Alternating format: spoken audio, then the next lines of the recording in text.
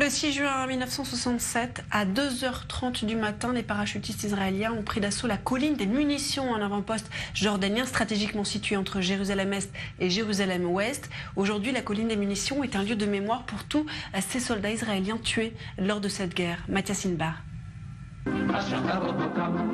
6 juin 1967, 4 bataillons de réservistes, de parachutistes israéliens tentent de sécuriser le mont Scopus à Jérusalem. Sur leur chemin, la colline des munitions, place forte de l'armée jordanienne. 4 heures de combat acharnés, 36 soldats israéliens et 71 jordaniens vont y laisser leur vie. 50 ans plus tard, Yaki Hetz, l'un des soldats qui a pris part à cette bataille, se souvient. Son capitaine est grièvement blessé, il prend alors seul les commandes des opérations. Ici, il y avait un corps, là-bas aussi.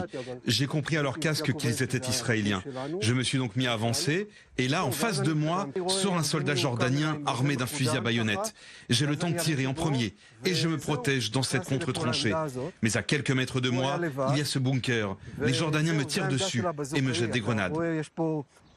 Un combat qui va durer 20 longues minutes dans cette tranchée. Seul contre 5 Jordaniens, il se lance alors à l'assaut du bunker. Il y avait là un mur et ici l'entrée du bunker. C'est de là qu'il tirait. Tu vois encore les impacts des balles sur les parois du mur. Je m'avance vers le bunker quand un Jordanien me tire dessus. Heureusement, il me rate. J'arrive à le toucher. Mais j'en vois plein d'autres derrière lui. Je me jette alors en arrière. Un camarade parvient à me donner plusieurs sacs d'explosifs. Je vide mes dernières balles avant de faire exploser le bunker. Mais après l'explosion, les Jordaniens continuent de tirer. C'étaient de redoutables soldats, malheureusement. C'est aujourd'hui Menachem Landau qui dirige le site historique de la colline des munitions.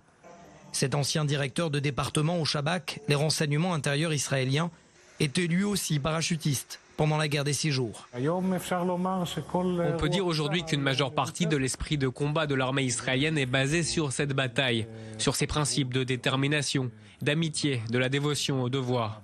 C'est ce que nous essayons d'enseigner aux jeunes générations. Pas uniquement le combat, mais aussi ce qui l'entoure. C'est à l'aide de ce simple cliché que les soldats vont se lancer en 1967 à l'assaut de la colline des munitions. Yaki Hetz nous montre aussi ce à quoi ressemblait Jérusalem 50 ans plus tôt. Quand je vois ça, je me dis, ok, nous n'avons pas fait ça pour rien. Selon Yaki, si les soldats jordaniens étaient mieux entraînés, mieux armés et surtout plus professionnels que les réservistes israéliens, c'est leur état d'esprit, les liens qui les unissent au combat, qui leur a permis de remporter cette bataille.